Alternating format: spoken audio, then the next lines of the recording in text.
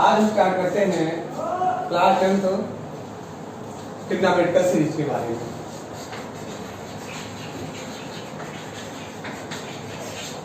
Specially trigonometry math की एक branch होती है, इसकी हिस्ट्री मैं आपको बाद में बताऊंगा आने वाले वीडियोस में। इस ट्रिग्नोमेट्री चैप्टर में हमको 6 सीरीज के बारे में पढ़ना होता है, जो sign, cos, tan, cot, sec और कॉसेक के फॉर्म में होती है। पहली बात, साइन और कॉसेक एक दूसरे के अपोजिट होते हैं। अपोजिट का सीधा मतलब हुआ sine equal to 1 by cosec. यहाँ एक बात बताना चाहूंगा कि साइन कॉस ट्रिग्नोमेट्रिकल सीरीज जो है वो किसी भी ट्राइंगल के एक बात और यहाँ पर ध्यान रखनी है, ट्राइंगल हमेशा राइट एंगल ट्राइंगल होगा।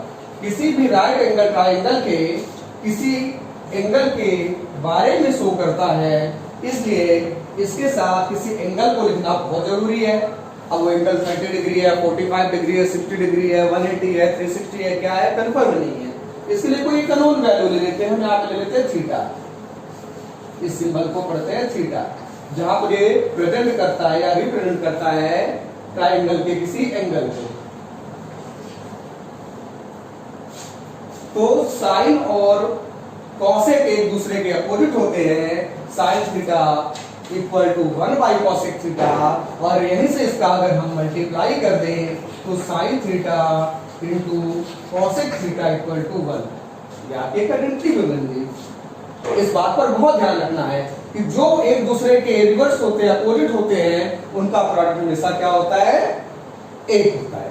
तो साइन और कॉसेक एक दूसरे के अपोजिट, कॉस और सेक एक दूसरे के अपोजिट, टैन और कॉट एक दूसरे के अपोजिट। कुल मिलाकर 6 टी सीरीज मतलब trigonometrical series, sine, cos, tan, cot, sec और कॉसेक। इन 6 वर्ष पे पूरी ट्रिग्नोमेट्री को पढ़नी है। उनकी आइडेंटिटी क्या है, कैसे इस प्रॉपर्टी को हम यूज करेंगे और किस प्रकार से छोटे से लेकर बड़े तक क्वेश्चन सॉल्व किए जाते हैं, आगे की वीडियोस में आपको मिलते रहेंगे। तो मैंने बताया इन 6 सीरीज पर पूरी ट्रिग्नोमेट्री बेस्ड होती है, sign, cos, tan, cot, sec और कॉसेक, जिसमें साइन का अपोजिट कॉसेक, अपोजिट मतलब 1 बाई करके लिखना है, सॉरी थीटा भूल गया था हमने। Sine theta equal to 1 by cosec theta, वैसे ही कॉसेक थीटा इक्वल टू हो जाएगा 1 बाई साइन, या दोनों का प्रोडक्ट क्या हो जाएगा 1। यहीं से अगर हम लिखना चाहे कॉसेक के बारे में तो कॉसेक थीटा की वैल्यू 1 अपान साइन थीटा। इस तरह से हम इसकी आइडेंटिटी बना सकते हैं। ये तो कैसे किया जाता है मैंने वो चीज बताई एक के बारे में। अब मैं 6 के 6 पूरे लिख रहा हूं, ध्यान से देखना और नोट करना है। आपको अपनी क्लियर नोट्स भी अभी इसी लगातार बनानी है। तो चलिए स्टार्ट करते हैं। Sine theta equal to 1 by cosec theta, एक दूसरे के रेसिप्रोकल या दोनों का प्रोडक्ट 1। कॉसेक थीटा की वैल्यू हो जाएगी 1 बाई साइन थीटा, पहला, दूसरा, तीसरे में लिखते हैं हम कॉस थीटा। कॉस किसका अपोजिट है, सेक का, तो क्या आएगा यहाँ पर बच्चों 1 बाई सेक थीटा, या तो कॉस इंटू सेक की वैल्यू 1। इसका रिवर्स कर देते हैं, कितना हो जाएगा, sec theta equal to 1 by cos theta, और अगला आपको मिलता है यहाँ पर tan theta equal to 1 upon cot theta, या तो फिर मिलेगा कॉट थीटा की वैल्यू 1 अपान टैन थीटा। इनको अच्छे से देखना है आपको। यहीं पर चलिए मैं इसका अगर प्रोडक्ट करूं, क्रॉस मल्टीप्लाई करूं तो sine theta into cos theta की वैल्यू 1। आगे बहुत काम देगा ये क्वेश्चन को थोड़ा शॉर्ट करने में। कॉसेक इनटू साइन का प्रोडक्ट 1, कॉस इनटू सेक का प्रोडक्ट 1, सेक इनटू कॉस का प्रोडक्ट 1, कॉट और टैन का प्रोडक्ट 1, कॉट और टैन का प्रोडक्ट 1। इसके अलावा नोट हो गया, अच्छा कर दो। इसके अलावा टैन और कॉट के दो अलग से स्पेशल फॉर्मूले होते हैं, इस पर और ध्यान देना है आपको। टैन थीटा की एक वैल्यू होती है साइन थीटा अपन कॉस थीटा और कॉट थीटा की वैल्यू जैसे इसका रेसिप्रोकल कॉस थीटा अपन साइन थीटा। अब मैं आपको आगे के वीडियो में बताऊंगा कि कैसे हुआ है। इन सबको फिर से एक बार देखते हैं। 6 trigonometrical word sine cos tan cot second cosec, sine का अपोजिट कॉसेक, कॉस का अपोजिट सेक, टैन का अपोजिट कॉट, या तो कॉसेक का अपोजिट साइन, सेक का अपोजिट कॉस और कॉट का अपोजिट टैन। इसके फॉर्मूले मैंने लिखा दिए। वहां पर मैंने आपको एक बात बताई कि सारी की सारी ट्रिग्नोमेट्रिकल सीरीज 90 डिग्री वाले बेस्ड एंगल पर होती है। कैसे, उसको भी थोड़ा सा देख लेते हैं। अब हमने यहां पर बनाया एक राइट एंगल ट्राइंगल। ऐसे भी बना सकते हैं, ऐसे भी बना सकते हैं। हमने यहां पर लिया 90 डिग्री। राइट एंगल ट्राइंगल में आपने सीखी है, जानी है कि किसी ट्राइंगल की, राइट एंगल ट्राइंगल की बात कर रहे हैं, उसमें जो सबसे बड़ी साइड होती है वो होती है हमारी हाइपोटेनस यानी कि कर्व। तो हाइपोटेनस किसी भी राइट एंगल ट्राइंगल की सबसे बड़ी साइड होती है। जनरली से हम इसको ढूंढने के लिए क्या करते हैं, बड़ा छोटा नहीं देखते, 90 के ठीक सामने वाली साइड देखते हैं। जहां पर भी 90 डिग्री होगी उसके ठीक अपोजिट साइड, सामने वाली साइड कहलाएगी हाइपोटेनस। अब ये ऐसा क्यों हुआ? प्रीवियस क्लास में आपने पढ़ा था कि किसी भी ट्राइंगल में बड़े एंगल के सामने की साइड बड़ी और छोटे एंगल के सामने की साइड छोटी, और राइट ट्राइंगल में हमेशा 90 डिग्री सबसे बड़ा एंगल होता है। हाइपोटेनस 90 के ठीक सामने क्या हो जाएगा? हाइपोटेनस। चलिए बचे दो एंगल। जब रिसर्च आएंगे तो इन बचे हुए दो एक्यूट एंगल में, मैंने एक्यूट क्यों कहा? क्योंकि दोनों का सम 90 से ज्यादा नहीं हो सकता। क्यों नहीं हो सकता? क्योंकि ट्राइंगल के तीनों एंगल का सम होता है 180 डिग्री, जिसमें 90 अकेले है। इन दोनों का सम मिलाकर कितना होगा? इसके इक्वल। अगर दो एंगल का सम 90 है तो श्योर वो 90 से छोटे ही होंगे, इसलिए दोनों को मैंने एक्यूट एंगल कहा। तो अगर हम किसी एक्यूट एंगल की बात करते हैं, चाहे इसकी हो या इसकी, एक बार में एक ही बात करेंगे। मान लीजिए ये एंगल मैंने थीटा मान लिया और ये क्या मान लिया? अल्फा। तो हम थीटा वाले की बात कर रहे हैं, ध्यान से जानना और सुनना है, नहीं बड़ी कंफ्यूजन होगी यहाँ पर। हम थीटा की बात कर रहे हैं तो जिस एंगल की बात करेंगे उसके ठीक सामने, इसे थोड़ी देर के लिए साफ कर रहा हूं मैं, जिस एंगल की बात करेंगे उसके ठीक सामने परपेंडिकुलर होगा और बची हुई साइड कहलाएगी बेस। तो राइट एंगल ट्राइंगल में हमारे तीन साइड्स होंगी, हाइपोटेनस, परपेंडिकुलर और बेस। फिर से आ जाते हैं, 90 के ठीक अपोजिट सामने वाली साइड हमेशा हाइपोटेनस कहलाएगी। दोनों एक्यूट एंगल में से हम जिसकी बात करेंगे उसके ठीक सामने वाली साइड को हम परपेंडिकुलर कहेंगे, और जो तीसरी बची हुई साइड है वो कहलाएगी बेस। यहीं पर देख लीजिए, हमने बात की थी थीटा की। अगर किसी कारण से हम बात किसकी कर लें? अल्फा वाली। किसकी बात कर रहे हैं? अल्फा की। इस एक्यूट एंगल को नहीं, इसको ले रहे हैं। तो अल्फा के ठीक सामने क्या होगा? यहाँ पर परपेंडिकुलर, और बची हुई साइड कहलाएगी बेस। किसके लिए? अल्फा डिग्री के लिए। ये किसके लिए है? अल्फा डिग्री के लिए। ये परपेंडिकुलर थीटा डिग्री के लिए। कोई कंफ्यूजन? कभी कभी लेबलर रहेगा हमारा triangle A B C P Q R M N P, वहां पर ध्यान देना है। थीटा देखो वो कह देगा एंगल ए, अगर वो एंगल ए कर रहा है तो किसको प्रेजेंट कर रहा है? थीटा को। अगर उसने एंगल सी की बात कर रही है तो किसको प्रेजेंट कर रहा है? अल्फा डिग्री को। ये हमें ध्यान रखना है। अब आगे आते हैं इसमें, फिर से हमने लिया एक right angle triangle P Q are, यहां पर है ये 90 डिग्री। हम बात करते हैं परपेंडिकुलर की। परपेंडिकुलर कहां पर है? 90 के ठीक सामने, परपेंडिकुलर। चलिए, सॉरी, हाइपोटेनस की बात थी, इससे परपेंडिकुलर निकल गया, सॉरी। 90 डिग्री के ठीक सामने हाइपोटेनस क्या रहेगा?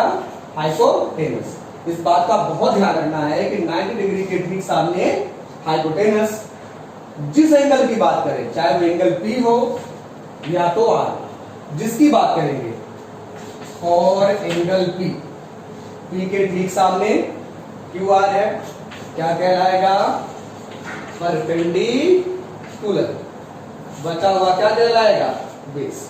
तो for angle P QR perpendicular है PQ बेस। क्लियर? हाइपोटेनस। और एंगल R फिक्स 90 डिग्री के अपोजिट। PR आपका हाइपोटेनस। R के लिए बात कर रहे हैं, ठीक सामने PQ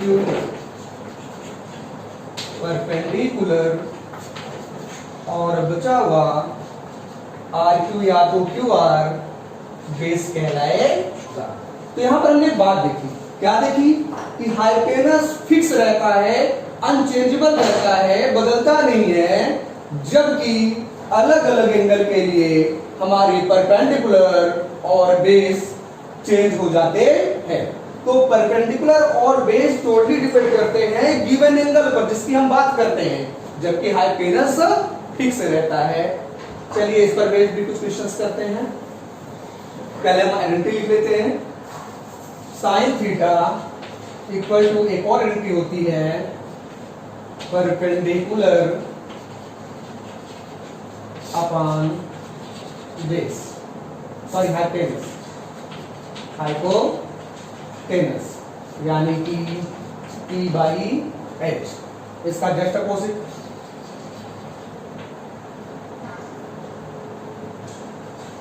cosec theta opposite hypotenuse upon perpendicular H upon P। अब बात करते हैं cos थीटा की। cos थीटा इक्वल टू होता है बेस अपॉन हाइपोटेनस यानी कि B बाई H। इसका just opposite sec theta hypotenuse upon base यानी कि H by B। tan theta की बात करें तो इसका होता है perpendicular upon base P by B। और यहीं से cot थीटा की बात करें तो फिर just opposite base upon perpendicular B by P। इन चीजों का ध्यान रखना है। ये फॉर्मूले और इसके पहले के फॉर्मूले को मैं साथ बाउंड करता हूं तो हम लिख सकते हैं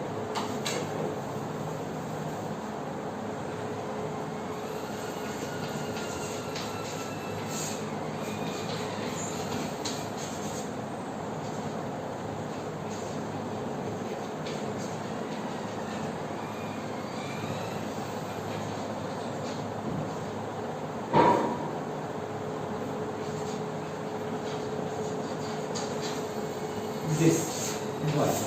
तो इसको मैं एक्सप्लेन करना चाहूंगा। साइन थीटा मैंने इसको ध्यान से लाइए, लिखा हुआ है यहां, ध्यान दीजिए इसको। साइन थीटा इक्वल टू यहां 180 मानेंगे। Sine theta equal to 1 by cosec, cosec equal to 1 by sin, cos equal to 1 by sec, sec equal to 1 by cos, tan equal to 1 by cot, cot equal to 1 by tan। फिर से देख लेते हैं। sin 1 by cosec लिखाया हुआ मैंने formula, cosec equal to 1 by sin। कुछ इस तरह से याद करेंगे, पढ़ेंगे इसको हम। cos equal to 1 by sec, sec equal to 1 by cos, tan equal to 1 by cot, cot equal to 1 by tan। और यहां पर गिवन जो फॉर्मूला है उसको भी देख लीजिए।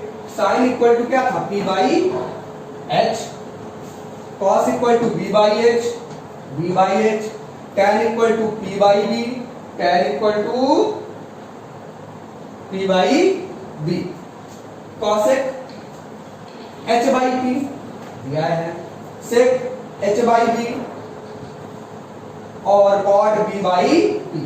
इस तरह से आप इसको एक शॉर्ट में ही लर्न कर सकते हैं दोनों फॉर्मूलों को।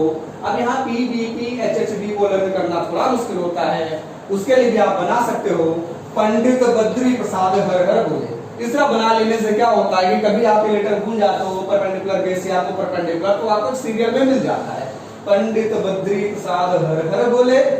या तो यहीं पे एक नोटिफिकेशन बना सकते हो इसका छोटा सा अपने मजे के लिए, पाकिस्तान भूखा प्यासा हिंदुस्तान हरा भरा। इस तरह से एक छोटी ट्रिक से आप ये परपेंडिकुलर बेस वाले फॉर्मूले और इसके रिवर्स वाले फॉर्मूलों को अच्छे से लर्न कर सकते हो। तो इसके अच्छे नोट्स कंप्लीट करते रहिए, आगे से आपको एक्सरसाइज बाय एक्सरसाइज आपके नोट्स मिलती रहेगी। थैंक्स।